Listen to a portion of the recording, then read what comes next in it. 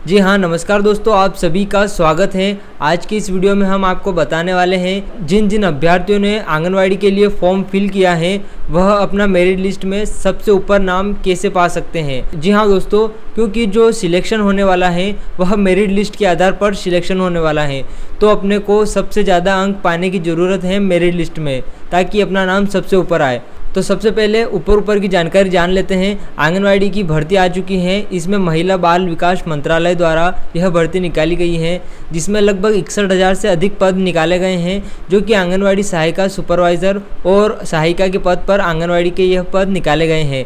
यदि हम इसके ऑफिशियल नोटिफिकेशन की बात करें तो इसमें आपको यहाँ साफ क्लियरली दिखाई देगा, चयन के लिए महिला अभ्यर्थी का न्यूनतम शैक्षणिक योग्यता हायर सेकेंडरी स्कूल में लगभग 12वीं कक्षा उत्तीर्ण होना अनिवार्य है, तभी वह इसके लिए फॉर्म फिल कर सकते हैं।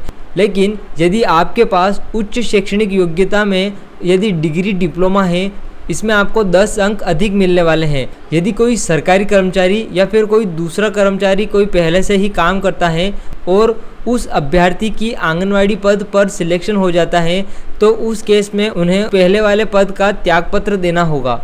इसके अलावा आंगनवाड़ी कार्यकर्ता की नियुक्ति हेतु अंक के निर्धारित मापदंड की यदि हम बात करें तो यदि कोई अभ्यर्थी, इसमें महिला ही फॉर्म फिल कर सकती हैं, इसलिए यदि कोई महिला अनुसूचित जाति और जनजाति से बिलोंग करती हैं तो उन्हें 5 अंक मिलेंगे, और यदि कोई दूसरी कैटेगरी से हैं तो उन्हें ये अंक नहीं मिलेंगे। इसके अलावा गरीब रेखा से यदि कोई नीचे जीवन यापन करते हैं, यदि जीवन यापन करने वाली कोई महिला अब इसके लिए फॉर्म फिल करती हैं तो उन्हें 5 अंक और मिलने वाले हैं।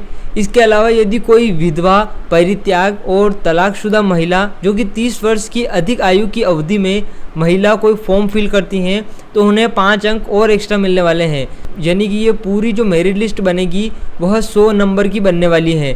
यदि इस मेरिट लिस्ट में आप सबसे ज़्यादा अंक प्राप्त कर लेते हैं तो आपका नाम सबसे ऊपर आने वाला है और आप सबसे पहले सिलेक्ट होने वाले हैं, और आपके सबसे ज़्यादा चांस होने वाले हैं कि आप आंगनवाड़ी के पद पर सिलेक्ट होने वाले हैं। यदि आगे की बात की जाए तो आंगनवाड़ी केंद्र पर आंगनवाड़ी सहायिका, पूर्व मिनी आंगनवाड़ी कार्यकर्ता, आशा, उषा कार्यकर्ता, पूर्व में अन्य किसी आंगनवाड़ी कार्य में 5 वर्ष का यदि कार्य अनुभव है तो उसे लगभग 10 अंक मिलने वाले हैं।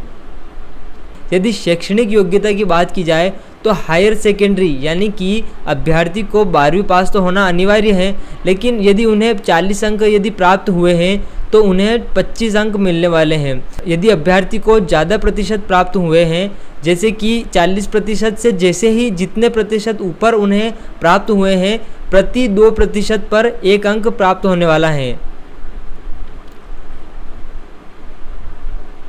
इसके अलावा शैक्षणिक योग्यता में यदि किसी के पास डिग्री डिप्लोमा है तो उन्हें 10 अंक एक्स्ट्रा मिलने वाले हैं। यदि किसी के पास डिग्री डिप्लोमा नहीं है तो उन्हें यह 10 अंक नहीं मिलेंगे।